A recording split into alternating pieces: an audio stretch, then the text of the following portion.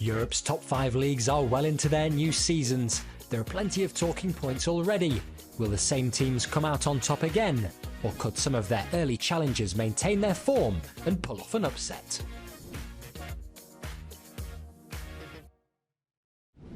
Hello there and welcome to Football Now from Doha. We're around a third of the way through the new European football season and already there's lots to discuss on the continent. With the opening phase of the campaign out of the way, teams in all of the top 5 divisions are finding out whether they have what it takes to achieve their ambitions this year. Not least the respective champions from each country, some of whom are realising that winning the title once again could be even tougher this time around.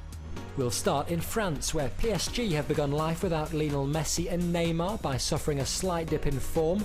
A loss at home to Nice in September has put the club from the south coast in the title race, having enjoyed an unbeaten start to the league season so far. It's a similar story for the Italian champions. Following the departure of manager Luciano Spalletti, Napoli are finding themselves a little off the pace after winning the league for the first time in 30 years last season. This has opened the door for a potential title race between two of the country's biggest rivals. Well, Napoli's problem stems from the fact that Aurelio De Laurentiis just got it wrong with his appointment. Rudi Garcia has not been at the top of the European football for quite a few years. He's changed how Napoli play, which has been to their detriment. I think this is going to be a 2-horse race down to the wire between Milan and Inter, and I would say that they are the favourites. I think everyone would agree that they are the favourites to win the Serie A. Over in Spain, Real Madrid are leading the charge at the top of La Liga as they look to wrestle the trophy back off El Clasico rivals Barcelona.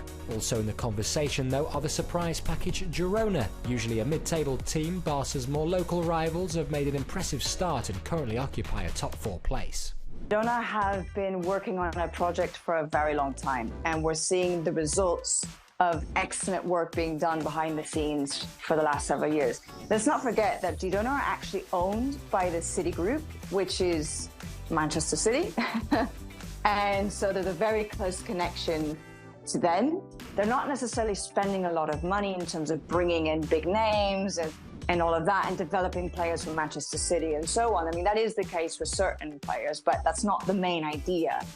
What they're actually doing, however, is dipping into the scouting pool, if you will, of Manchester City, who are excellent when it comes to the scouting that they do and picking out real quality talents and gems all over the world. And actually this season is an excellent demonstration of that work that's been going on. In England, treble winners Manchester City are feeling the pressure after they lost back-to-back league games for the first time in 5 years back in October. Defeat at Wolverhampton Wanderers was followed by another loss away at last season's runners-up Arsenal. The Gunners, alongside North London rivals Tottenham, are giving Pep Guardiola plenty to think about in the early stages of the season. Yeah, so the reigning champions not having it all their own way so far, including in Germany, where the former Spain international Xabi Alonso is taking the challenge to Bayern Munich with his current side, Bayer Leverkusen. Now, Alonso played under some incredible managers during his playing career, including the likes of Pep Guardiola, Carlo Ancelotti, Rafael Benitez and Jose Mourinho. There has been a huge buzz about the way that he started his own managerial career. So can he follow in the footsteps of those famous names and go on to win plenty of trophies?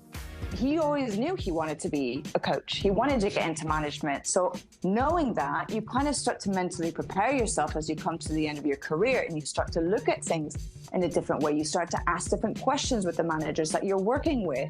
And as he has worked with some of the very best, well, then you're going to get some of the very best information to actually then take with you in your career. And despite being experienced, the fact that he is so incredibly talented and he has such a wonderful football brain, I think that's what's allowed him to be very successful so early on in such a short amount of time. That's why I think so many people feel as though he is, of course, a Real Madrid manager in the making, and the timing could very much be perfect for next season because Carlo Ancelotti will leave, he'll finish his contract, he'll go to Brazil.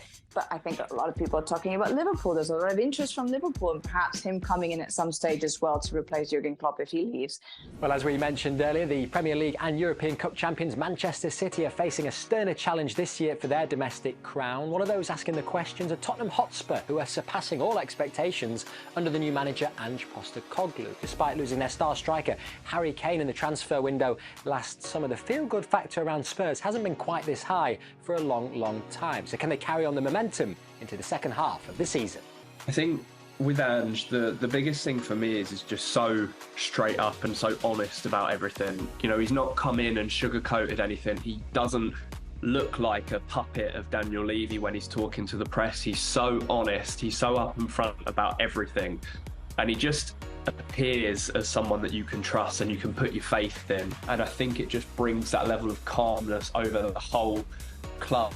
And you can see it in the stadium. You know, we might score a winner or we might go ahead in a game or whatever it is, or even if we go up behind, he's fine. He trusts in his players to go out and get the job done, and so far we're doing that. And if he can keep up the work and effort that he's putting into the club, then, you know, I do fully believe that he is the man to take us back to that top level in the Premier League era that we saw a few years ago under Poch.